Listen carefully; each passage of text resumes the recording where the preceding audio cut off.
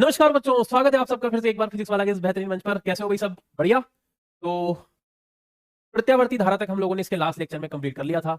आधा सिलेबस आप लोगों का बेटा कंप्लीट हो चुका है ना। बार बार जो मैं बोलता आ रहा हूं वही आज भी फिर बोलूंगा कि जितने भी डेरिवेशंस क्लास में कराए हैं, जितने भी लेक्चर्स में डेरिवेशंस जो कराए हैं, उन्हें बार बार कर करके देखिए, सवालों को बार बार सॉल्व कर करके देखिए, है ना। जितने भी, क्योंकि जो सवाल बच्चों मैंने कराए हैं लगभग वैसे ही सवाल आपके पूरे आने वाले हैं, उसी टाइप के सवाल आपके एग्जाम में आने वाले हैं। ठीक है, डेटा चेंज हो सकता है, बाकी सवाल का जो पैटर्न रहेगा वो वैसा ही रहेगा। बार बार मैं इस चीज को इसलिए बोल रहा हूं, क्यों? क्योंकि हमें मार्क्स लेके आने हैं। अगर हमें बहुत अच्छा स्कोर करना है फिजिक्स में, 95 90 मार्क्स का स्कोर अगर हमें करना है, तो ये काम तो जरूरी है ना। तो चलिए शुरू करते हैं हमारे आज के लेक्चर को। आज हम लोग जो पढ़ेंगे वो है हमारा विद्युत चुंबकीय तरंगे, है ना। इंग्लिश में बोलते हैं इसको इलेक्ट्रोमैग्नेटिक वेव। ठीक है बच्चों, तो चलिए शुरू करते हैं। हम लोग सबसे पहले देख लेते हैं कि आज क्या क्या पढ़ेंगे। आज पढ़ेंगे विद्युत चुंबकीय तरंगे, विद्युत चुंबकीय तरंगों की उत्पत्ति, विस्थापन धारा के लिए व्यंजक, एम्पियर के मैक्सवेल परिपथीय नियम, इसके समीकरण, ठीक है, ऊर्जा, विद्युत चुंबकीय तरंगों के गुण, विद्युत चुंबकीय स्पेक्ट्रम, इन टॉपिक्स को हम लोग कवर करें। ठीक है, तो चलिए शुरू करते हैं। विद्युत चुंबकीय तरंगे क्या होती है? विद्युत चुंबकीय तरंगे, इलेक्ट्रोमैग्नेटिक वेव क्या होती है? बेटा मैं आप लोगों को पढ़ा रहा हूं और आप आपके फोन में जो देख रहे हो मुझे लाइव, ठीक है, तो कैसे संभव हो पा रहा है वो? इसी की वजह से, विद्युत चुंबकीय तरंगों की वजह से, है ना। आज के दौर में जो हम लोग जी रहे हैं और जितने भी कम्युनिकेशन सिस्टम है, उस वो सिर्फ और सिर्फ किसकी वजह से पॉसिबल हो पा रहा है? इलेक्ट्रोमैग्नेटिक वेव की वजह से। तो हम कह सकते हैं कि हम आज की दुनिया में तरंगों से पूरी तरह से घिरे हुए हैं। हमारे आसपास इतनी तरंगे हैं जिन्हें हम लोग क्या कहेंगे? Electromagnetic wave. ठीक है, तो देखिए इलेक्ट्रोमैग्नेटिक वेव की डेफिनेशन भी यहाँ पे लिखी हुई है, बहुत अच्छी, बहुत प्यारी डेफिनेशन लिखी हुई है कि ऐसी तरंगे जिनमें विद्युत क्षेत्र और चुंबकीय क्षेत्र एक दूसरे के लंबवत इस प्रकार दोलन करते हैं कि दोलन तरंग संचरण की कैसा हो? लंबवत हो, क्या कहलाती है? विद्युत चुंबकीय तरंगे। ठीक है, तो विद्युत चुंबकीय तरंगे की अगर बात की जाए भाई, तो इसमें क्या है सर? किस किस से मिलकर के बनी हुई है ये हमारी एक साइनोसोडल इलेक्ट्रिक फील्ड है, और साइनोसोडल क्या है? मैग्नेटिक फील्ड है। मतलब हमारी यहाँ पे एक दोलन करती हुई विद्युत क्षेत्र है और दोलन करती हुई क्या है? चुंबकीय क्षेत्र। आप देख सकते हो ये दोनों समान कला में भी है, और ये दोनों जो है ये अलग अलग डायरेक्शन में क्या कर रही है? दोलन कर रही है। एक इलेक्ट्रिक फील्ड देख सकते हो अपने वाई एक्स अक्ष के अनुदिश है, वो एक्स में अगर अपना दोलन कर रही है, तो हमारी जो मैग्नेटिक फील्ड है वो वाई एक्स के अनुदिश है, मतलब वो इसके अलोंग अपना दोलन कर रही है वाई एक्सिस के अलोंग। मतलब इसका समतल क्या हो गया? Y Z. इसका समतल क्या हो गया? X Z. समझ आ रही है? तो ये दोनों एक दूसरे के कैसी है? लंबवत है। ठीक है, तो इलेक्ट्रिक फील्ड और मैग्नेटिक फील्ड का जो कॉम्बिनेशन होता है ना, उसी से हमारा, और वो दोनों कैसी होनी चाहिए? वो दोनों दोलन करने वाली होनी चाहिए, मतलब ऑसिलेटिंग इलेक्ट्रिक फील्ड होनी चाहिए, ऑसिलेटिंग मैग्नेटिक फील्ड। उन दोनों के कॉम्बिनेशन से जो हमारी तरंग बनती है, ठीक है, वही क्या है? हमारी विद्युत चुंबकीय तरंग। और विद्युत चुंबकीय तरंग बच्चा अपने साथ एनर्जी को भी क्या करती है? ट्रांसमिट करती है, अपने साथ एनर्जी को भी कैरी करके चलती है। ठीक है, तो सर एनर्जी किस दिशा में चलेगा? तो जिस दिशा में हमारी तरंग संचरण करेगी उसी दिशा में हमारी एनर्जी भी चलेगी। क्लियर है? तो यहां से अगर मैं बात करूं इलेक्ट्रिक फील्ड को, अगर मैं यहां पे दर्शाऊं, तो देखो येलो कलर से मैं यहां पे दर्शा रहा हूं। ठीक है, तो ये भाई आपकी इलेक्ट्रिक फील्ड है ना। ये दोलन कर रही है। बोलो कर रही है कि नहीं कर रही? हाँ सर बिल्कुल कर रही है। तो यहाँ पे मान के चलो इसका जो मैग्नीट्यूड, सॉरी एम्पलीट्यूड, इसका कितना होगा? ई नॉट। इसी प्रकार अगर मैं बात करूं मैग्नेटिक फील्ड की, तो मैं ग्रीन कलर से रिप्रेजेंट कर रहा हूं। अच्छा ये जो है मेरी, ये क्या है? ये हमारी मैग्नेटिक फील्ड। ठीक है, तो यहां से अगर मैं देखें तो ये क्या हो गया? इसका बी नॉट मैग्नीट्यूड। क्लियर है? तो यहां से आप देख सकते हो इस तरह से, इस तरह से हमारी जो है मैग्नेटिक फील्ड है, और इस तरह से हमारी इलेक्ट्रिक फील्ड है। येलो कलर से जो मैंने बनाया है ये आप देख सकते हो। तो इस तरह से हमारी इलेक्ट्रिक फील्ड और मैग्नेटिक फील्ड एक दूसरे से क्या क्या करती है? 90 डिग्री के एंगल पे एक दूसरे के लंबवत दोलन करती है, और उनकी वजह से उन दोनों के जो तल होता है, सॉरी उन दोनों के जो डायरेक्शन होती है उनके दोलन की, उसके लंबवत दिशा में हमारी तरंग क्या करती है? संचरण करती है। ठीक है, तो ये तरंग संचरण जो है उसकी दिशा है। ठीक है, इस दिशा में बच्चा तरंग क्या कर रही है? संचरण कर रही है, मतलब वेव क्या कर रही है? इस डायरेक्शन में हमारी प्रोपेगेट कर रही है, इंग्लिश में बोले हम लोग तो, है ना। तो यहां पे साइनोसॉइडल इलेक्ट्रिक फील्ड, जो अगर मैं यहां पे विद्युत क्षेत्र की बात करूं, तो दोलन या दोलित विद्युत क्षेत्र है यहां पे। सर क्या है? इससे रिप्रेजेंट करेंगे हम लोग E बराबर E0 sine of omega T minus K X. बेटा ये इसका स्टैंडर्ड फॉर्म होता है लिखने का। ठीक है, मतलब साइन के अंदर अगर ओमेगा टी के साथ में अगर हमारे एक्स का भी फंक्शन आ जाता है, दूरी का भी अगर हमारे पास में कोई फंक्शन आ जाता है, जरा देखो यहाँ पे साइन किसका फंक्शन है? समय का और दूरी का, दोनों का फंक्शन है। तो ये किसको रिप्रेजेंट करेगा? वेव को, तरंग को रिप्रेजेंट करेगा। ठीक है सर, किस डायरेक्शन में हमारी इलेक्ट्रिक फील्ड? आई कैप डायरेक्शन में। ठीक है, इसी तरीके से मैग्नेटिक फील्ड की बात करूं मैं, तो मैग्नेटिक फील्ड वेक्टर फॉर्म में आप देख लो, मैग्नेटिक फील्ड जो है वो कैसे है? सर मैग्नेटिक फील्ड है V0 sine of omega T minus K X. Sir magnetic field किस डायरेक्शन में है? वाई डायरेक्शन में, है ना। तो वाई डायरेक्शन में हमारी मैग्नेटिक फील्ड है, इसका मतलब जे के डायरेक्शन में हमारी मैग्नेटिक फील्ड हो गई। अब तरंग संचरण की दिशा देखो हम लोग कैसे निकालते हैं। तो तरंग संचरण की दिशा अगर मैं यहां निकालूं,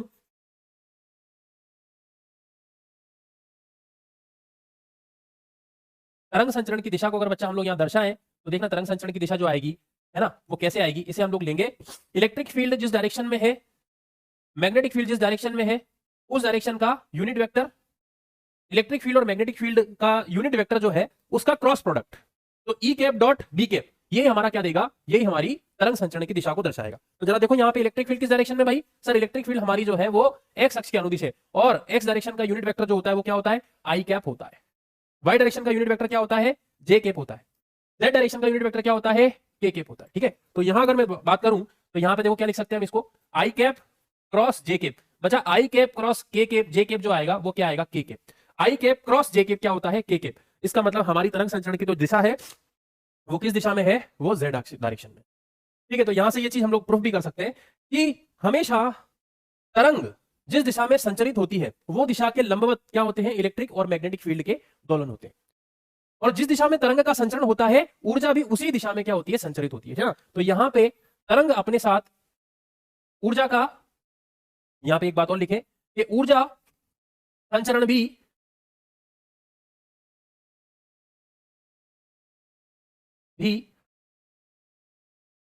तरंग संचरण की दिशा में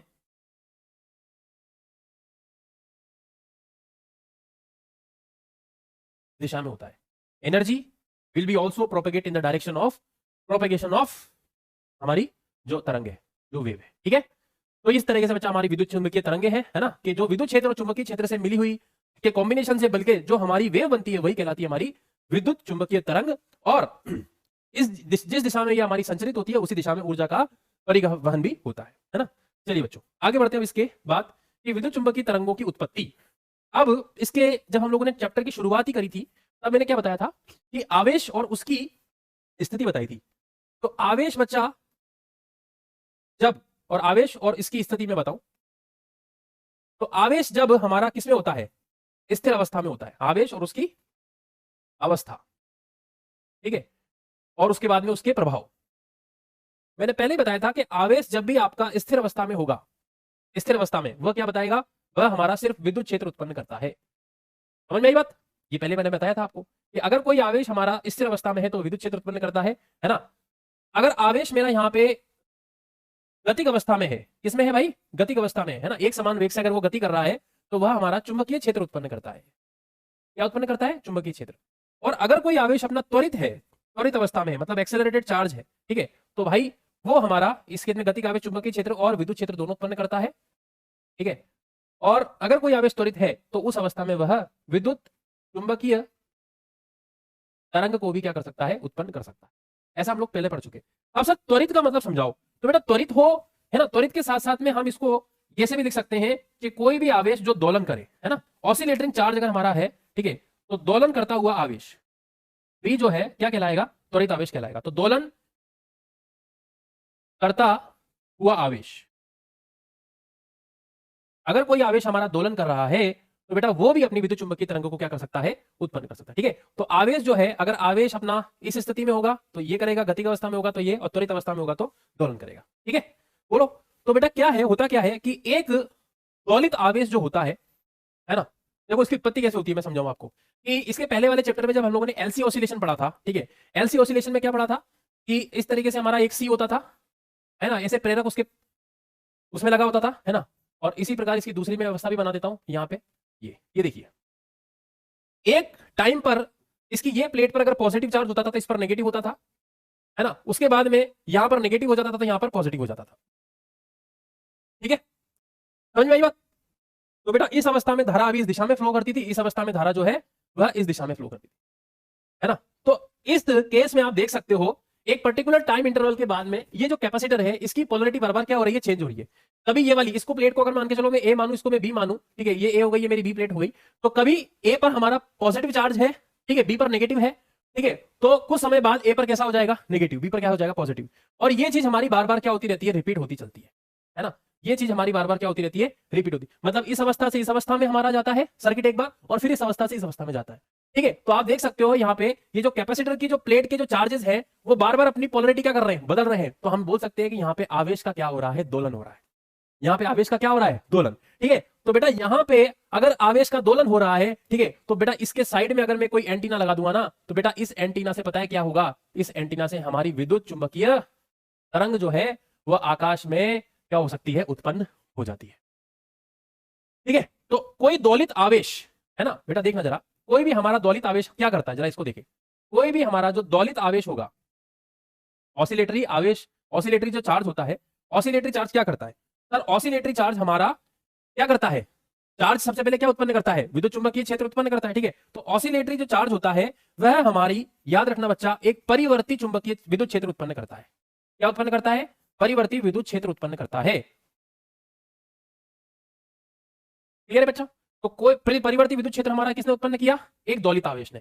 और बेटा परिवर्ती विद्युत क्षेत्र जो होता है वह पता है क्या उत्पन्न करता है, परिवर्ती विद्युत क्षेत्र जो है वह परिवर्ती चुंबकीय क्षेत्र उत्पन्न कर देता है। ठीक है, परिवर्ती विद्युत क्षेत्र पता है क्या कर देता है, परिवर्ती विद्युत क्षेत्र परिवर्ती चुंबकीय क्षेत्र उत्पन्न कर देता है। ठीक है, तो परिवर्ती विद्युत क्षेत्र क्या उत्पन्न कर देता है, परिवर्ती चुंबकीय क्षेत्र। ठीक है भाई, तो अभी परिवर्ती चुंबकीय क्षेत्र किसने उत्पन्न किया सर, परिवर्ती विद्युत क्षेत्र ने किसको उत्पन्न किया, परिवर्ती चुंबकीय क्षेत्र को। फिर क्या होगा, परिवर्ती चुंबकीय क्षेत्र पता है क्या करता है, परिवर्ती चुंबकीय क्षेत्र वापस परिवर्ती विद्युत क्षेत्र उत्पन्न कर देता है। ठीक है, तो इस तरीके से एक दोलित आवेश परिवर्ती विद्युत क्षेत्र उत्पन्न करता है। परिवर्ती विद्युत क्षेत्र मतलब ऑसिलेटरी इलेक्ट्रिक फील्ड क्या उत्पन्न करता है, परिवर्ती चुंबकीय क्षेत्र, ऑसिलेटरी मैग्नेटिक फील्ड। फिर वापस क्या है, ऑसिलेटरी मैग्नेटिक फील्ड वापस किसको उत्पन्न करता है, चुंबकीय विद्युत क्षेत्र को। फिर वापस विद्युत क्षेत्र किसको उत्पन्न करता है, चुंबकीय क्षेत्र को। तो सबसे पहले विद्युत क्षेत्र ने चुंबकीय क्षेत्र बनाया, चुंबकीय क्षेत्र ने विद्युत क्षेत्र बनाया, विद्युत क्षेत्र ने दोबारा चुंबकीय क्षेत्र बनाया, चुंबकीय क्षेत्र ने दोबारा विद्युत क्षेत्र बनाया। ठीक है, तो इसी तरह से हमारी जो वेव क्या हो जाती है, प्रोड्यूस हो जाती है। जैसे इस दिशा में अगर मैं लूं इलेक्ट्रिक फील्ड को और इस दिशा में मैं लूं किसको, मैग्नेटिक फील्ड को। ठीक है, तो एक बार परिवर्ती विद्युत क्षेत्र ने क्या उत्पन्न कर दिया, ये हमारी जो है ये क्या है, विद्युत क्षेत्र। ठीक है, इसने किसको उत्पन्न किया बच्चा, इसने उत्पन्न किया यहाँ पे चुंबकीय क्षेत्र को। ठीक है, फिर ये जो परिवर्तित चुंबकीय क्षेत्र आया इसने वापस किसको उत्पन्न कर दिया, इसने वापस जो है विद्युत क्षेत्र को उत्पन्न कर दिया। ठीक है, फिर ये जो विद्युत क्षेत्र बनेगा ये वापस किसको उत्पन्न कर देगा, ये वापस चुंबकीय क्षेत्र को उत्पन्न कर देगा।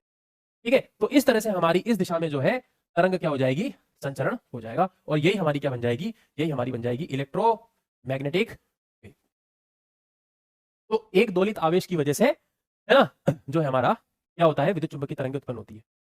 क्लियर है बच्चों, तो इस तरीके से अभी अगर हम कोई भी जैसे अगर मोबाइल फोन की बात करें तो उसके अंदर जो सर्किटरी होती है उसमें भी एलसी ऑसिलेशन होता है, एक सर्किट ये लगा होता है, मतलब एल और सी इन दोनों की वजह से ही हमारी ये दोनों कैपेसिटर और इंडक्टर ये दोनों ही मेन कोर कंपोनेंट है किसी भी सर्किट के, जो इलेक्ट्रोमैग्नेटिक वेव को क्या करता है, जनरेट करता है। ठीक है, तो हर एक आरएफ सर्किट के अंदर हमारा जो होगा वो क्या होगा, एलसी ऑसिलेशन कराने के लिए एलसी ऑसिलेटर लगा होता है। इसको हम लोग बोलते हैं इंग्लिश में एलसी ऑसिलेटर। क्या बोलते हैं बच्चा इसको, एलसी ऑसिलेटर। एलसी ऑसिलेटर मतलब एलसी दोलन, जो क्या करता है, एक चार्ज का दोलन कराता है और वो दोलित चार्ज ही विद्युत चुंबकीय तरंगों को क्या कर देता है, उत्पन्न कर देता है। ठीक है, चलिए अब आगे बढ़ते हैं। नेक्स्ट और इंपॉर्टेंट, कई एग्जाम में पूछा भी जा चुकी है बच्चा, विस्थापन धारा है ना, इंपॉर्टेंट है, इसे समझते हैं। देखो एक होती है हमारी नॉर्मल धारा, नॉर्मल करंट जो किसी तार में से क्या होती है, फ्लो होती है। ठीक है, और दूसरी है अपनी विस्थापन धारा। विस्थापन धारा यहाँ पे इसलिए जरूरी है क्योंकि विस्थापन धारा की वजह से ही क्या होता है, हमारा इलेक्ट्रोमैग्नेटिक वेव की जनरेशन होती है ना। तो जरा समझो विस्थापन धारा क्या है। विस्थापन धारा है किसी परिवर्ती विद्युत क्षेत्र की वजह से उत्पन्न होने वाली धारा जो होती है वही क्या कहलाती है, हमारी विस्थापन धारा कहलाती है। ठीक है, तो इसकी हम लोग बहुत अच्छी परिभाषा भी लिख सकते हैं। क्या लिखे परिभाषा में, कि किसी परिवर्ती विद्युत क्षेत्र, ठीक है, अब एक्चुअली परिवर्ती विद्युत क्षेत्र जो होता है, हमें पता है विद्युत क्षेत्र क्या बनाता है, विद्युत फ्लक्स बनाता है। तो परिवर्ती विद्युत क्षेत्र जो है वह फ्लक्स बनाता है और फ्लक्स में परिवर्तन की वजह से विस्थापन धारा उत्पन्न हो जाती है। ठीक है, तो इसके ब्रैकेट में हम लोग लिख भी सकते हैं कि परिवर्ती विद्युत क्षेत्र है ना, जो क्या बनाएगा, एक परिवर्ती विद्युत फ्लक्स, परिवर्ती विद्युत फ्लक्स, इसको हम लोग ब्रैकेट में लिख देते हैं फाई ई, इस तरह से, जो क्या होता है, फाई ई होता है। तो एक किसी परिवर्ती विद्युत क्षेत्र की वजह से उत्पन्न धारा क्या कहलाती है बच्चा, विस्थापन धारा कहलाती है।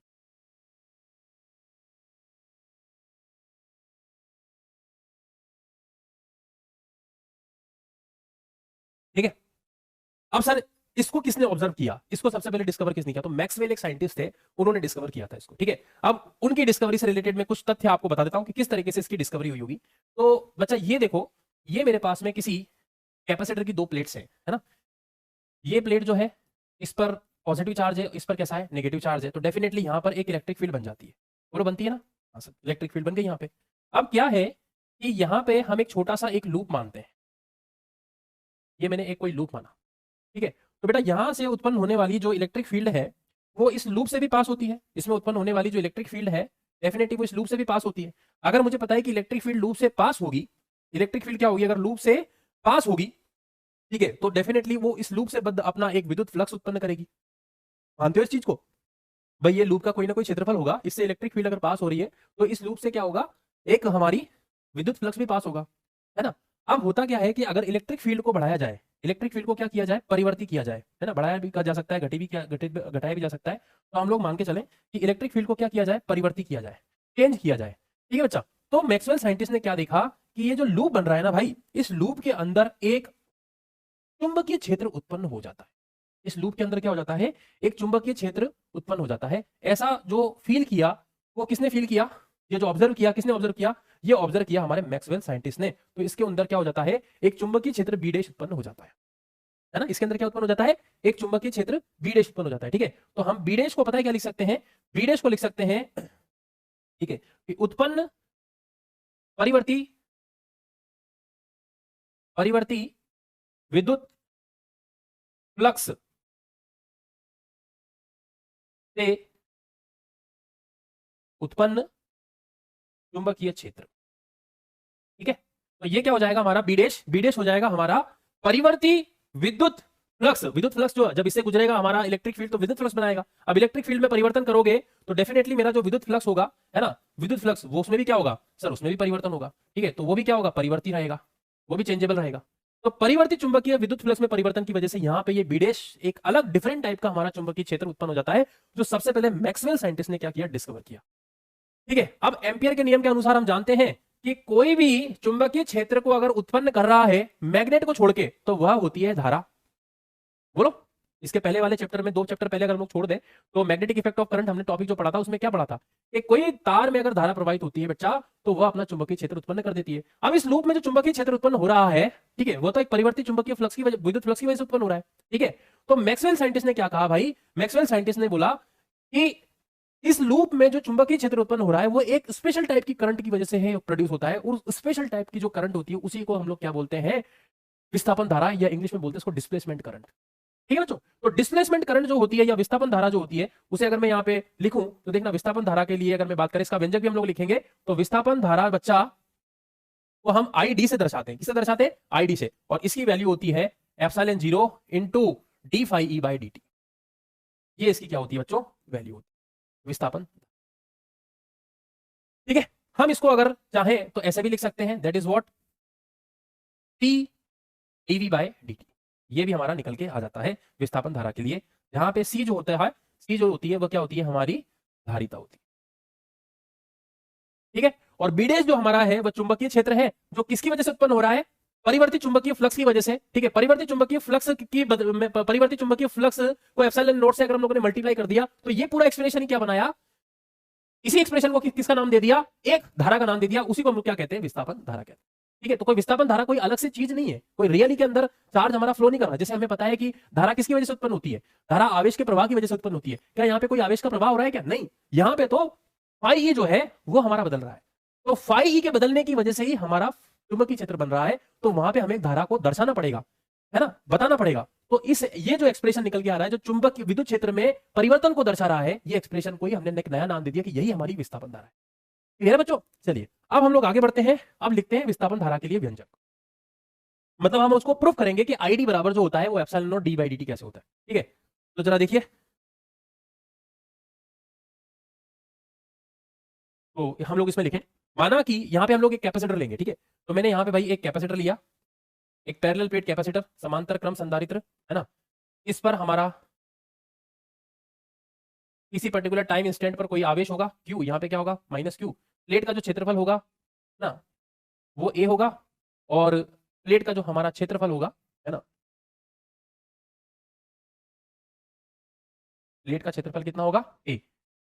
क्लियर है भाई। तो यहां से हम लोग क्या सी दर्शा सकते हैं कि हाँ सर बिल्कुल, तो सी बराबर हो जाएगा epsilon naught A divided by D. ठीक है, तो इसकी जो धारिता है इसे क्या लिखा जा सकता है सर, धारिता सी बराबर हो जाएगी epsilon 0 A divided by D. ठीक है, तो इस तरीके से एक कैपेसिटर मैंने माना और किसी भी टाइम इंस्टेंट पर माना। यहाँ पे बेटा चार्ज जो है वो ऑसिलेट कर रहा है, यहाँ पे चार्ज क्या कर रहा है ऑसिलेट, आप चाहो ठीक है तो उसके लिए मैं आपको ऐसे भी दर्शा सकता हूं कि मान के चलो चार्ज को ऑसिलेट कराने के लिए मैंने यहाँ पे क्या लगा दिया, एक परिवर्ती एक परिवर्ती वोल्टता को आरोपित कर दिया यहाँ पे। तो वो एक परिवर्ती क्या कर रहा है, अरे भाई परिवर्ती वोल्टता अगर आरोपित करेंगे तो यहाँ पे प्लस होगा, यहाँ माइनस एक टाइम पे, फिर यहाँ माइनस, यहाँ प्लस फिर माइनस प्लस, तो माइनस प्लस आपस में क्या होते रहेंगे, दोलित होते रहेंगे और उसी की वजह से हमारा क्या होगा, विस्थापन धारा। ये देखो जरा कैसे आती है वो। तो हम यहाँ मानते हैं कि माना कि समांतर पट्ट संधारित्र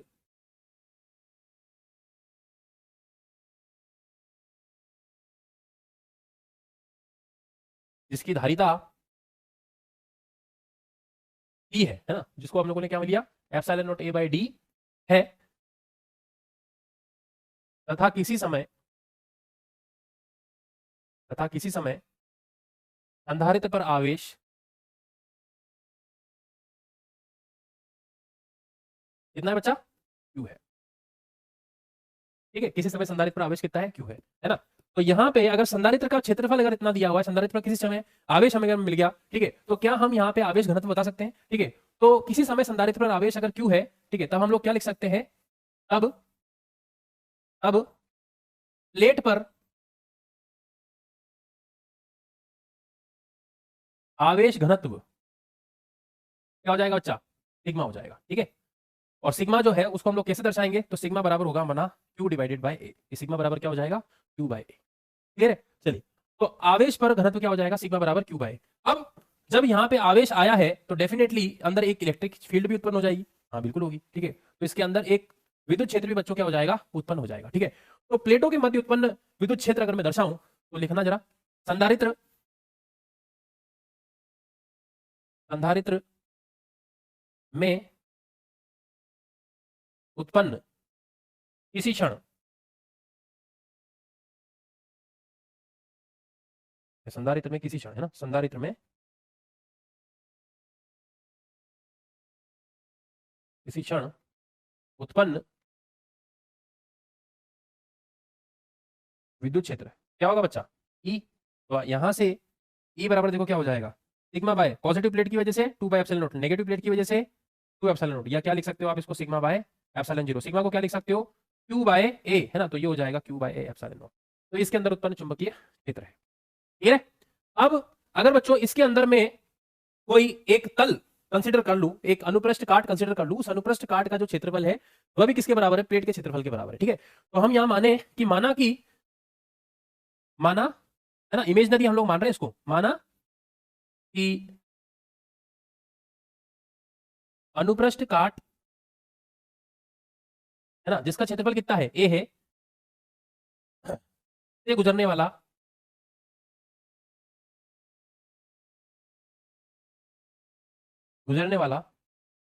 विद्युत फ्लक्स अगर मैं दर्शाऊं, ठीक है, तो बताओ जरा वो क्या हो जाएगा, वो हो जाएगा फाई ई, और फाई बराबर क्या हो जाएगा, इलेक्ट्रिक फील्ड इनटू ए। बोलो होगा कि नहीं होगा, बिल्कुल हो जाएगा। ठीक है, तो इससे मध्य गुजरने वाला हमारा विद्युत फ्लक्स फाई बराबर देखो क्या हो गया सर, ई इंटू ए है ना, और ई बराबर आप क्या लिख सकते हो भाई, ई बराबर हम लोग लिख सकते हैं that is Q A, electric field की जगह क्या लिखा जा सकता है sir, Q divided by A epsilon 0 into क्या आया, ए। बोलो यही आएगा, इलेक्ट्रिक फील्ड क्या आ गया, क्यू बाय ए एप्सिलॉन 0, और फ्लक्स क्या हो गया, ई इंटू ए, मतलब Q divided by A epsilon naught into A, है ना। तो यहां से बच्चा ए से मेरा ए कैंसिल आउट हो गया, अगर ए से मेरा ए कैंसिल आउट हो गया, ठीक है, तो जरा देखो आगे क्या लिखा जा सकता है, आगे लिख सकते हैं फाई ई बराबर क्यू बाय एप्सिलॉन 0, लिख सकते हैं ना, हाँ सर। तो यहां से देख सकते हो फाई ई बराबर जो हो गया वह क्या हो गया, क्यू बाय एप्सिलॉन 0। तो यहां से क्यू बराबर क्या हो जाएगा, एप्सिलॉन 0 इंटू फाई ई। ठीक है, अब अगर मान के चलो प्लेटों के मध्य अगर मैं चुंबकीय क्षेत्र तो उत्पन्न होता है, प्लेटों के मध्य अगर हम लोग यहाँ परिवर्ती, जैसा मैंने पहले बोला था कि अगर आप परिवर्ती विद्युत क्षेत्र अगर उत्पन्न कर रहे हो तो परिवर्ती विद्युत क्षेत्र यहाँ पे एक चुंबकीय क्षेत्र बनाएगा। तो उस चुंबकीय क्षेत्र को जो बनाता है उसी को क्या कहते हैं, विस्थापन धारा। ठीक है, तो यहां पे याद रखना भाई, ये जो ई है, यहां पे ई जो है यह एक परिवर्ती विद्युत क्षेत्र है। यह विद्युत क्षेत्र कैसा है, परिवर्ती विद्युत क्षेत्र है भाई। तो जरा देखो, हमें पता है तब विस्थापन धारा, तब संधारित्र की प्लेटों के मध्य उत्पन्न विस्थापन धारा क्या हो जाएगी बच्चों, सर आईडी। और आईडी बराबर आप क्या लिख सकते हो, हमें पता है विस्थापन धारा जो होती है, धारा को हम लोग क्या लिखते हैं, D Q by D T. तो यहां से आप देख सकते हो क्या आ जाएगा, D by D T, Q की जगह देखो क्या आ जाएगा sir, phi naught into, sorry epsilon naught into phi. तो यहां से आप देख सकते हो बच्चा, फाई डी बराबर क्या हो गया, epsilon naught D phi by epsilon naught D phi by D T. बोलो लिख सकते हैं, लिख सकते हैं, हाँ सर। तो ये हमारा विस्थापन धारा का क्या हो गया, एक प्रूफ हो गया, है ना। अब हमें पता है, अगर आप इसको और भी फॉर्म में लिखना चाहो तो हमें पता है कि जैसे आईडी बराबर आपने क्या लिखा सर, आईडी बराबर लिखा मैंने D Q by D T. ठीक है बच्चों, तो एक बार बताओ क्यू बराबर हम लोग को क्या लिख सकते हैं, क्यू बराबर टी इंटू वी नहीं लिखा जा सकता, सर लिख सकते हैं। तो यहां से आप आईडी जो है इसको ऐसे भी लिख सकते हो, टी डी बी बाई, ये भी हमारे विस्थापन धारा का रिलेशन होता है। ठीक है, चलिए अब आगे बढ़ा जाए। नेक्स्ट है बेटा एम्पियर मैक्सवेल का परिपथीय नियम। अब इसमें हम लोग लिखेंगे एम्पियर मैक्सवेल का परिपथीय नियम, है ना। तो देखो, एम्पियर मैक्सवेल का परिपथी नियम अगर हम लोग देखें तो मैक्सवेल के अनुसार, है ना, क्या लिखे भाई, कि मैक्सवेल के अनुसार, मैक्सवेल के अनुसार एक परिवर्ती विद्युत क्षेत्र, एक परिवर्ती विद्युत क्षेत्र जिसे हम लोग ब्रैकेट में परिवर्ती फ्लक्स भी बोल सकते हैं, है ना। परिवर्ती विद्युत फ्लक्स मतलब D phi E by D T. ये तो एक परिवर्ती विद्युत क्षेत्र क्या उत्पन्न कर सकता है, चुंबकीय क्षेत्र उत्पन्न कर सकता है।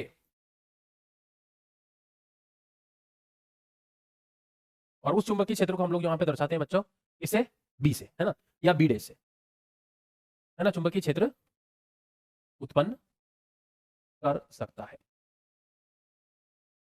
ठीक है बेटा, तो मान के चलो कि यहां पे अगर मैं वही वापस से कोई क्रॉस सेक्शन एरिया मान रहा हूं, और इस क्रॉस सेक्शन से, इस क्रॉस सेक्शन से बच्चों, इस क्रॉस सेक्शन से एक परिवर्ती विद्युत क्षेत्र गुजर रहा है। ठीक है, यहां से कोई ई है जो कैसा है, परिवर्ती है, दौलित परिवर्ती विद्युत क्षेत्र गुजर रहा है। ठीक है, तो मैक्सवेल के अनुसार इस लूप में क्या हो जाएगा बच्चा, इस लूप में एक चुंबकीय क्षेत्र उत्पन्न हो जाएगा और वो होगा हमारा बी डैश। इसको मैंने क्या नाम दिया, बी डैश।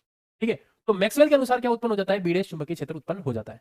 अब इसमें हमें क्या लगाना है, एम्पियर का परिपथी नियम लगाना है। तो हमें पता है कि एम्पियर के परिपथी नियम के अनुसार, एम्पियर के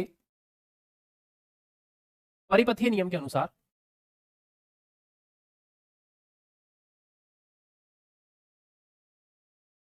नियमानुसार जरा देखो क्या होता है सर, मैग्नेटिक फील्ड का क्लोज्ड इंटीग्रेशन मतलब B dot DL, B dash dot DL बराबर इसके बराबर होता है sir mu naught into I enclosed के।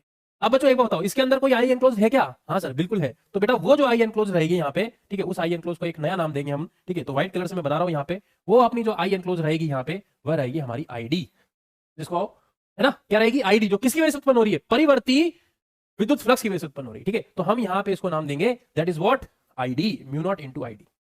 ठीक है, बोलो, तो एम्पियर के नियम परिपथी नियम के अनुसार क्या होता है, म्यू इंटू आई एनक्लोज। आप तो ऐसे सोचो, म्यू इंटू, सबसे पहले हम लोग इस लिखेंगे इसके अंदर म्यू इंटू आई एनक्लोज, अभी हम लोग लिखेंगे, फिर बाद में लिखूंगा मैं ये म्यू इंटू आई एनक्लोज्ड। ठीक है, अब बच्चों यहाँ आई एनक्लोज जो है हम लोग क्या लिख सकते हैं sir, mu zero, mu zero. देखो आई एनक्लोज की जगह क्या आएगा यहाँ पे, आई एनक्लोज की जगह देखो क्या आएगा, आई एनक्लोज की जगह यहाँ पे आ जाएगा आई डी, है ना, क्या आ जाएगा, आई डी। और आईसी भी आना चाहिए क्या, कोई कंडक्टिंग वायर भी आना है क्या हमारा, हाँ अगर चाहो तो लिख लो, तो यहाँ पे आप आईसी भी लिख सकते हो। ठीक है, आईसी भी आप लिख सकते हो, बट यहाँ पे अगर मैं बात करूं, ठीक है, तो यहाँ पे हमारा, यहाँ पे बच्चा कोई भी धारा प्रवाहित तार यहाँ नहीं है। ठीक है, तो यहाँ पे हमारा कोई भी धारा प्रवाहित तार उपस्थित नहीं होने की वजह से, ठीक है, तो चूंकि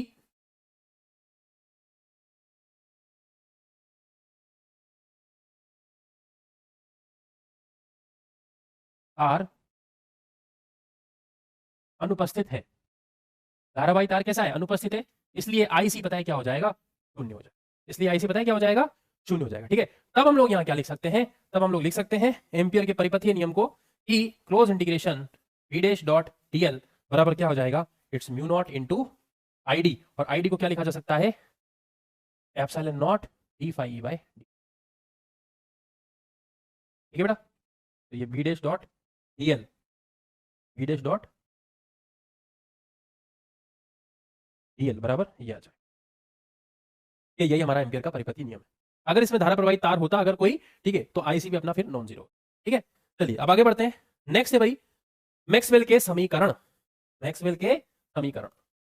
तो मैक्सवेल ने 4 अपने समीकरण दिए हैं, वो पूरे 4 समीकरण अभी स्टार्टिंग इलेक्ट्रोस्टैटिक से लेकर के जो हम लोगों ने लास्ट तक पढ़ा है ना, विद्युत चुंबकीय तरंग तक, वो पूरे चैप्टर को, वो पूरे जितने भी चैप्टर्स हैं उनको क्या है 4 इक्वेशंस में समेट के रख देगा, है ना। तो देखो मैक्सवेल के जो 4 समीकरण होते हैं बच्चा, ठीक है, पहला जो समीकरण होता है वो तो हमारा वही होता है जो हम लोगों ने पहले वाले चैप्टर में पढ़ा था, गाउस लॉ।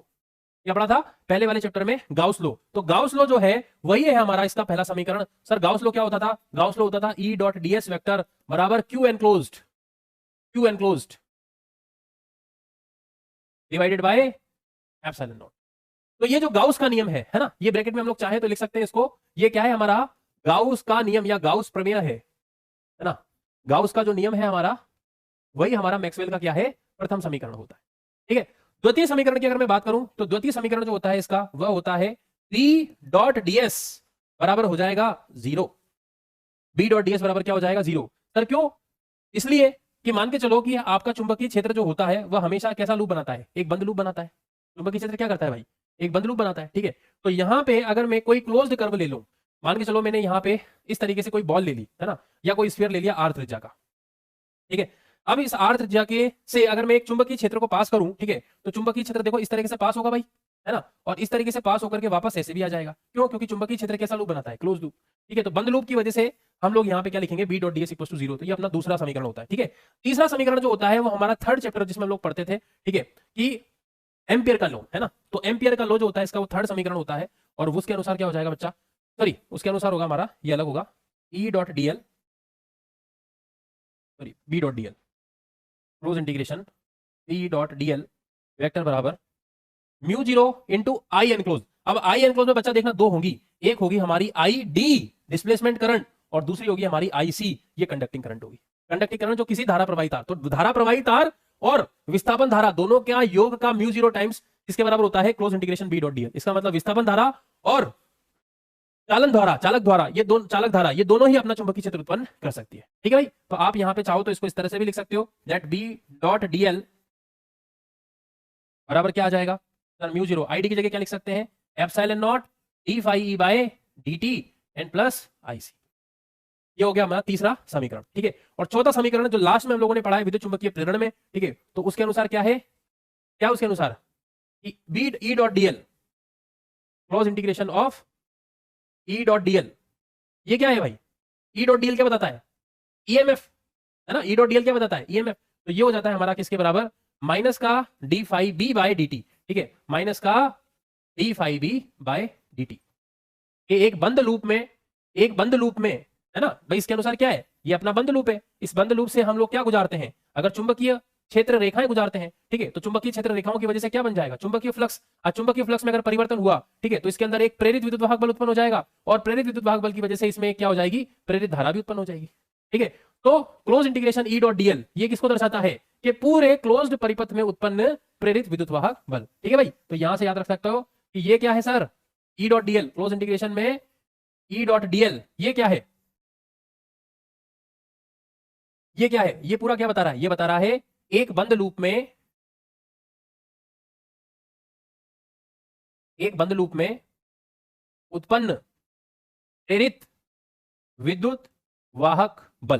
ठीक है, जो विद्युत चुंबकीय प्रेरण के सिद्धांत से हम लोगों ने पढ़ा था कि एक लूप से बद्ध चुंबकीय फ्लक्स में अगर परिवर्तन किया जाए तो उस लूप में एक ईएमएफ इंड्यूस हो सकता है, और उस अगर लूप क्लोज्ड है तो उसमें करंट भी इंड्यूस हो सकती है, जिसको हम लोग बोलते हैं इंड्यूस करंट। ठीक है, तो ये हमारा बेटा चौथा समीकरण हुआ। ठीक है, तो इस तरह से ये 4 समीकरण जो है आप देख सकते हो, ये चारों समीकरण स्टार्टिंग से लेकर के लास्ट इलेक्ट्रोमैग्नेटिज्म तक, ठीक है, सॉरी इलेक्ट्रो मैग्नेटिक इंडक्शन तक, विद्युत चुंबकीय प्रेरण तक, ये पहला चैप्टर, ये दोनों मिलकर के थर्ड चैप्टर है ना, धारा का चुंबकीय प्रभाव, और ये लास्ट में इलेक्ट्रोमैग्नेटिक इंडक्शन। तो पूरे लगभग चैप्टर को ये 4 इक्वेशंस क्या कर सकती है, कवर कर सकती है। तो बेटा ये जो दोनों इक्वेशंस हैं, इन दोनों इक्वेशंस को देखो जरा, एक तीसरी वाली को देखो और एक चौथी वाली को देखो। यहां से आपको क्या समझ में आ रहा है? सर यहां से हमें समझ में आ रहा है कि D phi by D T, इसका मतलब तो समझते हो ना, D phi by D T का मतलब डी बाई डी टी मतलब D by D T into phi.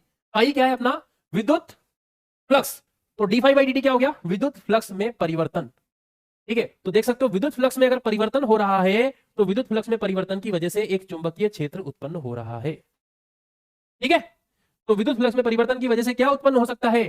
चुंबकीय क्षेत्र उत्पन्न हो सकता है। ठीक है, तो उसी प्रकार अगर हम लोग यहां देखें D five by D T, देखो क्या बता रहा है ये सर, ये बता रहा है हमें चुंबकीय क्षेत्र में परिवर्तन किसके साथ? समय के साथ। तो समय के साथ अगर चुंबकीय क्षेत्र में परिवर्तन किया जाए तो वह क्या उत्पन्न कर दे रहा है? ई मतलब क्या है? Electric field. तो चुंबकीय क्षेत्र में परिवर्तन जो है वह एक इलेक्ट्रिक फील्ड क्या कर सकता है? बना सकता है। ठीक है, तो हम यहां सिंपली लिख सकते हैं भाई, देखो दो इक्वेशन से भी प्रूफ हो चुका है, एक थर्ड इक्वेशन और चौथी इक्वेशन से, कि अगर बी हमारा किस तरह का है, बी अगर मेरा कोई परिवर्ती है, ठीक है, ई अगर मेरा कैसा है, ई अगर मेरा कैसा है? एक परिवर्ती है। ई कैसा है? परिवर्ती है ना। तो परिवर्ती इलेक्ट्रिक फील्ड क्या बनाता है बच्चा? परिवर्ती मैग्नेटिक फील्ड। ठीक है, और एक परिवर्ती मैग्नेटिक फील्ड क्या बनाता है बच्चा? एक परिवर्ती इलेक्ट्रिक फील्ड। ठीक है, और इसी की वजह से रिजल्टेंट में हमें क्या निकलती है सर? Electromagnetic wave. और इन्हीं का रिजल्टेंट क्या बनाता है? Electromagnetic wave. ठीक है, चलिए आगे बढ़ते हैं अब इसके विद्युत चुंबकीय तरंगों की ऊर्जा, है ना, विद्युत चुंबकीय तरंगों की ऊर्जा। अब बेटा विद्युत चुंबकीय जो तरंगे होती है उसमें क्या होता है सर? उसमें दो क्षेत्र होते हैं, विद्युत क्षेत्र भी होता है और चुंबकीय क्षेत्र भी होता है। ठीक है, तो विद्युत चुंबकीय क्षेत्र जो विद्युत चुंबकीय तरंगे जो है वह बेसिकली विद्युत क्षेत्र, एक दोलित विद्युत क्षेत्र और एक दोलित चुंबकीय क्षेत्र, दोनों की वजह से ही उत्पन्न होती है। और विद्युत चुंबकीय तरंगे अपने साथ ऊर्जा को भी क्या करती हैं? कैरी करती हैं। जिस डायरेक्शन में वो ट्रेवल कर रही है उसी डायरेक्शन में एनर्जी भी क्या होती है? वो लेके चलती है। तो इसका मतलब सर विद्युत चुंबकीय तरंगों में ऊर्जा है? मैंने कहा हाँ बिल्कुल है। तो बेटा वो ऊर्जा विद्युत चुंबकीय तरंगों में किसके फॉर्म में होती होगी? तो विद्युत चुंबकीय तरंग में जो ऊर्जा होती है वो इलेक्ट्रिक फील्ड और मैग्नेटिक फील्ड के फॉर्म में होती है। ठीक है, तो हम यहां पे माना कि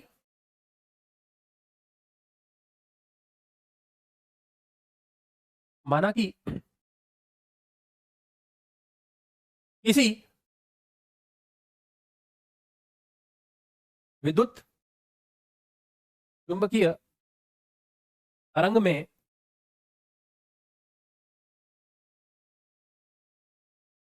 दोलित विद्युत तथा चुंबकीय क्षेत्र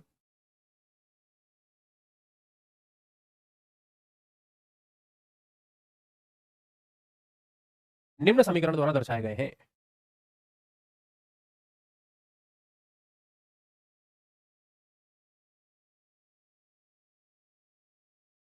ठीक है, निम्न समीकरण द्वारा प्रदर्शित हम लोग उनको कर रहे हैं। ठीक है बेटा, इलेक्ट्रिक फील्ड को मैं दर्शाऊंगा यहाँ पे, electric field equals to E zero sine of omega T minus K X I cap, और मैग्नेटिक फील्ड को मैं दर्शाऊंगा बी बराबर बी जीरो साइन ऑफ, ये ई जीरो और बी जीरो शिखर मान है, omega T minus K X और जे कैप।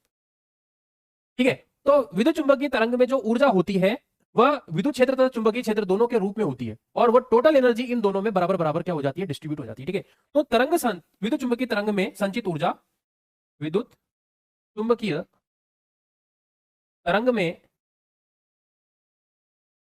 संचित ऊर्जा यहां विद्युत क्षेत्र तथा चुंबकीय क्षेत्र में समान रूप में एक समान, ये ऐसे लिखो, विद्युत क्षेत्र में एक समान वितरित हो जाती है। ठीक है, डिस्ट्रीब्यूट हो जाती है या वितरित हो जाती है।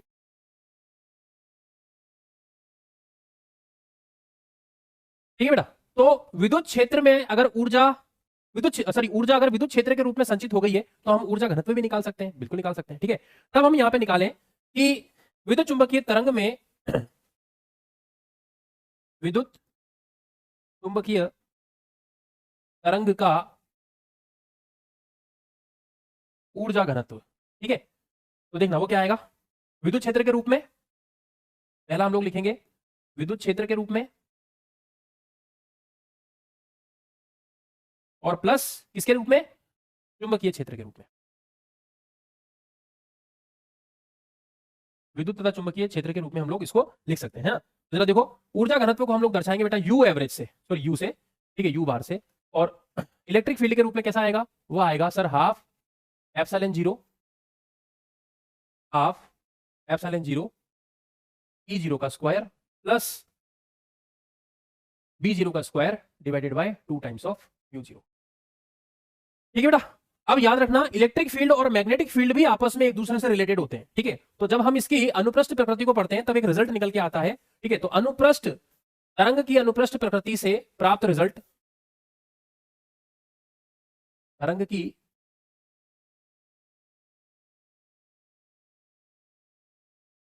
प्रकृति से प्राप्त जो परिणाम होता है, ठीक है, उसमें पहला परिणाम देखो कि हमारा electric field C times of magnetic field होता है, जहां सी क्या है, तरंग संचरण का वेग, ठीक है। जहां सी जो है, जहां बच्चा सी जो होता है तरंग संचरण का वेग होता है, और सी की वैल्यू होती है अपनी 3 इंटू 10⁸ मीटर पर सेकेंड, ठीक है। दूसरा हमारा जो होता है बच्चा, हम लोग स्पीड ऑफ लाइट निकालते हैं या स्पीड ऑफ तरंग निकालते हैं, वो होती है 1 divided by mu zero epsilon zero, ठीक है। तो ये हमारा जो निकल के आ रहा है, ये हमारा ऊर्जा घनत्व निकल रहा है। इसमें ऊर्जा घनत्व ये विद्युत चुंबकीय तरंग के अंदर उत्पन्न ऊर्जा घनत्व। अब इस ऊर्जा घनत्व जो है, अगर मैं इसका एवरेज वैल्यू अगर निकालना चाहूं, ठीक है, अगर मैं यहां पे क्या निकालना चाहूं, औसत ऊर्जा घनत्व अगर निकालना चाहूं बच्चा, ठीक है, तो देखना जरा, औसत ऊर्जा घनत्व अगर मुझे प्राप्त करना है, ठीक है, यू एवरेज, तो देखना ई नॉट की जगह पता है क्या आएगा, ई नॉट की जगह आएगा ई आर एम एस, तो half epsilon naught into E R M S का स्क्वायर प्लस बी नॉट की जगह आएगा बी आर एम एस का square divided by 2 mu zero. Clear है भाई। तो ये हो जाएगा अपना half epsilon zero. Sir E R M S को क्या लिखा जा सकता है, इसको हम लोग लिख सकते हैं ई नॉट डिवाइडेड बाय √2 का whole square plus B R M S को लिख सकते हैं हम लोग क्या, sir B zero divided by √2 का whole square divided by 2 times of mu zero, ठीक है। तो यहां से देखो ये क्या आ गया, ये आ गया अपना 1/4 एप्सिलॉन जीरो ई जीरो का square plus 1/4 plus 1/4 V zero का square divided by mu zero, ठीक है भलक। हाँ सर, तो ये आ गया हमारा यू एवरेज। अब हम इसको, इस टोटल को हम इसके फॉर्म में भी लिख सकते हैं, कंप्लीट इलेक्ट्रिक फील्ड के फॉर्म में, और इस पूरे एक्सप्रेशन को हम लोग कंप्लीट मैग्नेटिक फील्ड के फॉर्म में भी लिख सकते हैं, ठीक है। तो यहाँ पे मैं सबसे पहले इसको कंप्लीट इलेक्ट्रिक फील्ड के फॉर्म में प्रदर्शित कर रहा हूँ, जरा उसको देखो, ठीक है। तो जरा देखो बच्चा, यू एवरेज को क्या लिखा जा सकता है, यू एवरेज बराबर, यहाँ पे तो है ही 1/4 एप्सिलॉन जीरो ई जीरो का स्क्वायर। अब यहाँ पे बी जीरो है, क्या बी जीरो को हम लोग यहाँ से लिख सकते हैं, और ई जीरो बराबर सी टाइम्स ऑफ बी जीरो, बोलो लिख सकते हैं क्या, हाँ। तो बी जीरो की जगह देखना मैं क्या लिखूंगा, ये तो 1/4 आ गया मेरा, बी जीरो की जगह मैंने लिखा यहाँ पे ई जीरो बाई सी, ठीक है। तो यहाँ पे लिख दिया मैंने ई नॉट, ई जीरो भी बोल सकते हैं, ई नॉट भी बोल सकते हैं, तो ई नॉट बाई सी का होल स्क्वायर और डिवाइडेड बाय म्यू जीरो, ठीक है भाई। तो ये देखो, ये आ गया आपका 1/4 epsilon naught E naught square plus ये आ जाएगा आपका 1/4 E naught square divided by C square mu naught. बेटा सी की वैल्यू क्या है, 1/रूट mu naught epsilon naught under root में, इसका स्क्वायर क्या हो गया, करोगे तो देखो क्या हो जाएगा, ये हो जाएगा 1/4 एप्सिलॉन जीरो ई जीरो का स्क्वायर प्लस यहाँ पे आएगा 1/4 ई जीरो का square divided by C square की जगह लिख सकते हैं 1/म्यू जीरो एप्सिलॉन जीरो इंटू यहाँ पे क्या आ गया, म्यू जीरो, म्यू जीरो से मेरा म्यू जीरो कैंसिल आउट हो गया, तो एप्सिलॉन जीरो ऊपर चला जाएगा। जब ये ऊपर जाएगा तो देखना क्या हो जाएगा, ये वाला तो ऐसे लिख दिया मैंने 1/4 एप्सिलॉन नॉट ई नॉट का स्क्वायर प्लस ये ऊपर चला जाएगा, तो ये हो जाएगा आपका 1/4 एप्सिलॉन नॉट ई नॉट का स्क्वायर, ठीक है भाई। तो आप देख सकते हो यहाँ पे यू एवरेज को देखो मैं क्या लिख सकता हूँ, यू की एवरेज वैल्यू को मैं लिख सकता हूँ यहाँ पे, यू एवरेज बराबर क्या आ रहा था, 1/4 epsilon naught E naught square plus 1/4 epsilon naught E naught square, ठीक है। इसको लिखा जा सकता है 1/2 एप्सिलॉन जीरो ई जीरो का स्क्वायर, ये हो गया हमारा यू एवरेज। तो वेक्टर फॉर्म में लिख दिया गया, ठीक है बेटा। और क्या लिख सकते हैं इसी को हम लोग, सर इसको हम लोग ऐसे भी लिख सकते हैं, दैट इज 1/2, है ना, एप्सिलॉन जीरो ऐसे ही है, ई जीरो को क्या लिख सकते हो, सर बी जीरो का स्क्वायर बी जीरो इंटू सी का होल स्क्वायर, तो ये हो जाएगा बी जीरो इंटू सी का होल स्क्वायर, तो ये आएगा आपका 1/2 एप्सिलॉन जीरो बी जीरो का स्क्वायर, सी स्क्वायर की जगह क्या लिख सकता हूँ 1/म्यू zero epsilon zero, epsilon zero से मेरा ये कट जाएगा, तो ये वैल्यू आ जाएगी तुम्हारी बी जीरो का square divided by 2 times of mu zero, तो ये हो जाएगी हमारी यू एवरेज मैग्नेटिक फील्ड के फॉर्म में, और यू हमारी यू एवरेज हो गई इलेक्ट्रिक फील्ड के फॉर्म।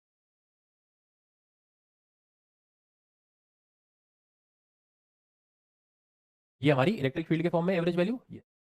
ठीक है भाई, अब यहां पे हम लोग निकालेंगे इंटेंसिटी भी।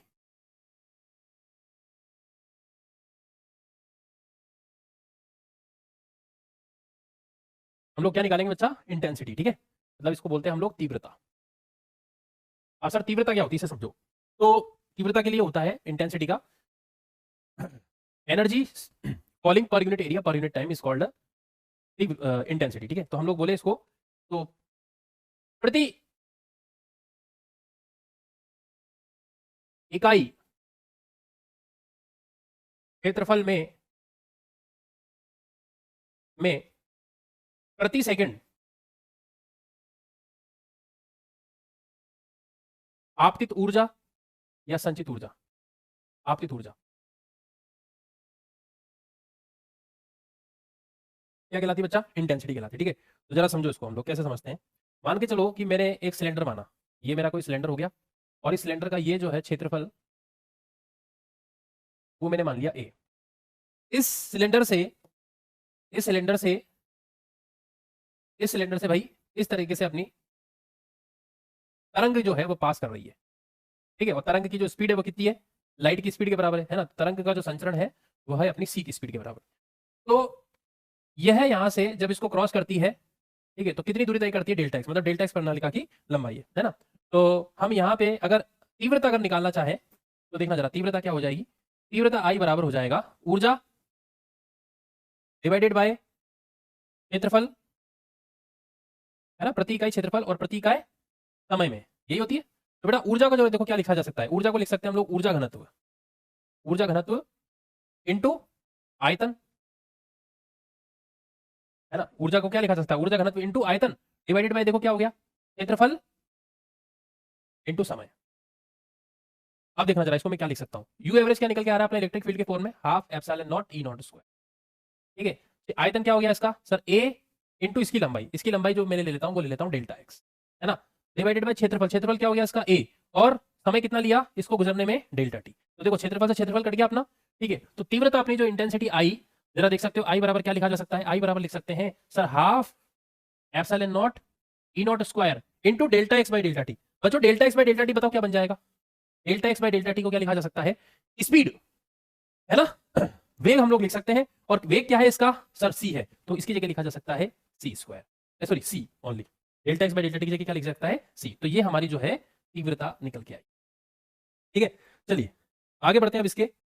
नेक्स्ट बच्चा विद्युत चुंबकीय तरंगों के गुण।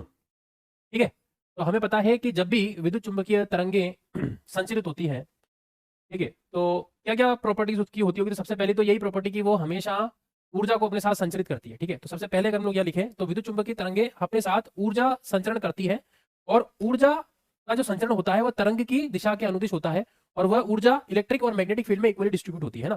तो तरंगों में विद्युत चुंबकीय, सबसे पहला पॉइंट कि विद्युत चुंबकीय तरंगों में ऊर्जा संचरण तरंग की दिशा के अनुदिशी होता है,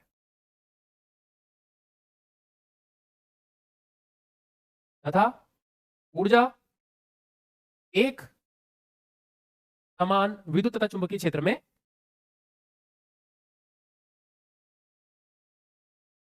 विद्युत तथा चुंबकीय क्षेत्र में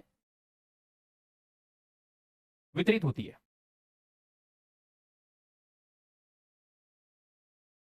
क्षेत्र के रूप में वितरित होती है ना। फिर दूसरी बात करें यहाँ पे बच्चों, तो इसकी जो प्रकृति होती है वो अनुप्रस्थ प्रकृति होती है। अनुप्रस्थ प्रकृति का मतलब कि इसके जो दोलन है वो तरंग संचरण की दिशा के लंबवत होते हैं, तो ये कहलाती है इसकी अनुप्रस्थ प्रकृति। ठीक है, तो ये विद्युत चुंबकीय तरंगों की प्रकृति कैसी होती है? अनुप्रस्थ। तो विद्युत चुंबकीय तरंगों की प्रकृति कैसी होती है बच्चा? अनुप्रस्थ होती है। ये इसका दूसरा प्रॉपर्टी हो गया। ठीक है, तीसरे प्रॉपर्टी की बात करें तो विद्युत चुंबकीय तरंगे बच्चा कभी भी विद्युत भार वाले किसी चुंबकीय क्षेत्र और विद्युत क्षेत्र से कभी भी क्या होती है? इफेक्टेड नहीं होती है ना, विचलित नहीं होती है। तो हम यह लिख सकते हैं कि भार बाह्य चुंबकीय तथा विद्युत क्षेत्र से ये इफेक्टेड नहीं होती है ना, ये प्रभावित नहीं होती। जो किस बात की पुष्टि करता है? जो इस बात की पुष्टि है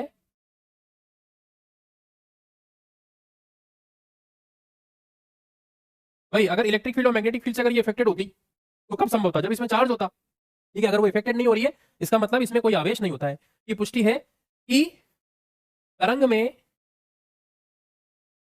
आवेश अनुपस्थित है, अनुपस्थित होता है। ठीक है, मतलब इसके बाद चौथे नंबर की बात करें तो देखो जरा ये चार्ज समझ में आई? ठीक है, तरंगे विद्युत चुंबकीय द्वारा प्रभावित नहीं होती है, अपना तीसरा पॉइंट लिख लिया। ठीक है, इसमें निर्वात में इसका वेग कितना होता है? अब नेक्स्ट पॉइंट अगर हम लोग लिखें तो निर्वात में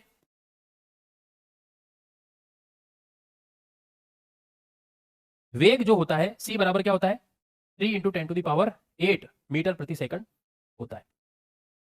ठीक है, इसके चुंबकीय क्षेत्र और विद्युत क्षेत्र और चुंबकीय क्षेत्र का जो अनुपात होता है वह प्रकाश की किसके बराबर होता है? चाल के बराबर होता है। ठीक है, क्लियर है? उसके बाद में चौथा पॉइंट अगर लिखें तो नेक्स्ट, अब इसकी उत्पत्ति के बारे में अगर लिखें तो पांचवा पॉइंट लिखा जा सकता है कि विद्युत चुंबकीय तरंगे किसी त्वरित या दोलित आवेश द्वारा ही उत्पन्न होती है। ठीक है, तो विद्युत चुंबकीय तरंगे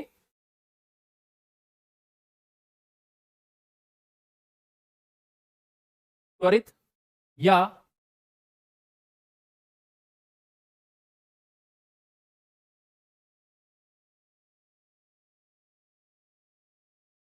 आवेश द्वारा उत्पन्न होती है।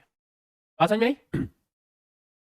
छठा पॉइंट लिखें तो बेटा विद्युत चुंबकीय तरंगे याद रखना, विद्युत चुंबकीय तरंगे निर्वात में भी गमन कर सकती है।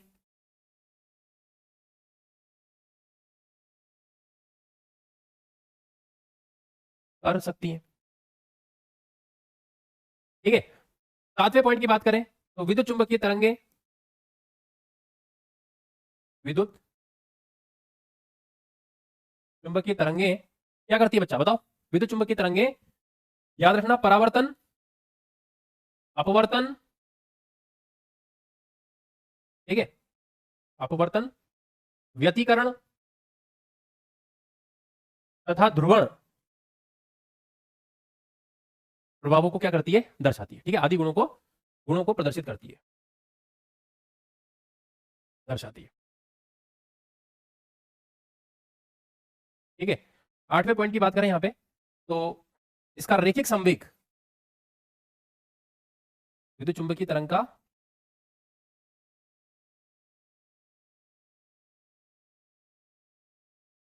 रैखिक संवेग बेटा जो होता है वो होता है यू एवरेज डिवाइडेड बाय सी। क्या होता है इसका रैखिक संवेग? यू एवरेज डिवाइडेड बाय सी। ठीक है, इसके बाद नवा पॉइंट लिखें तो इसकी जो साइनोसोडल क्या होती है, इलेक्ट्रिक और मैग्नेटिक फील्ड इसके अंदर जो होती है वो कैसी होती है? साइनोसोडल, या उसको बोला जाता है ज्यावक्रीय। ठीक है, तो विद्युत तथा विद्युत चुंबकीय तरंग में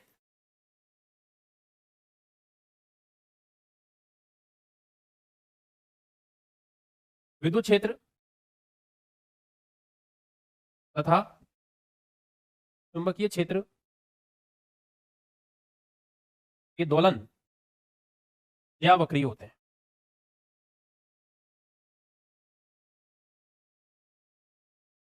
ठीक है बेटा, और ये दोनों तथा विद्युत क्षेत्र और चुंबकीय क्षेत्र समान कला में होते हैं।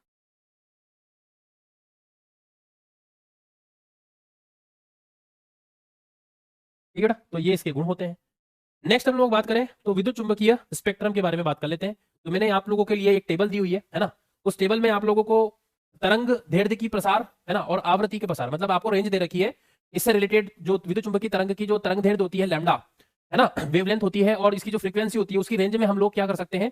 उसको स्पेक्ट्रम को डिसाइड कर सकते हैं। ठीक है, तो यहाँ पे मैंने दिया हुआ है जैसे रेडियो तरंगे जो होती है वो 0.1 मीटर से अधिक है ना, 6 × 10⁻² मीटर से 0.3 मीटर जो होती है ये रेंज होती है इसकी है ना, और 50 किलो हर्ट्ज से 1000 मेगाहर्ट्ज की जो आवृत्ति होती है ये रेडियो तरंगे कहलाती है। ठीक है, इसका यूज वगैरह भी दे रखा है, ये इसके प्रमुख गुण होते हैं। इसका अनुप्रयोग जो होता है वैसा होता है विग्राही एंटीना क्या होता है, ये सारी चीजें मैंने टेबल में दे रखी है ना। तो बच्चा जैसे दृश्य प्रकाश हो गया, तो ये 7000 एंगस्ट्रॉम से 4000 एंगस्ट्रॉम, इसका जो आवृत्ति है वो 4 × 10⁻14 हर्ट्ज से 7 × 10⁻14 हर्ट्ज, ये इसकी आवृत्ति होती है ना। तो आविष्कारक कौन कौन है, ये सब कुछ मैंने लिखा हुआ है इसके अंदर, तो आप एक बार इसको रीडिंग मार लेना, ठीक है बच्चों। तो इस तरीके से, तो ये तो याद रखने वाली चीजें हैं, है ना, तो ये आपको याद होना चाहिए थोड़ा बहुत। तो आज के लेक्चर में चाहिए बच्चा, है ना, मिलते हैं इसके नेक्स्ट लेक्चर में। चलिए, तो अच्छे से पढ़ाई करते रहो फुल जोश में। धन्यवाद।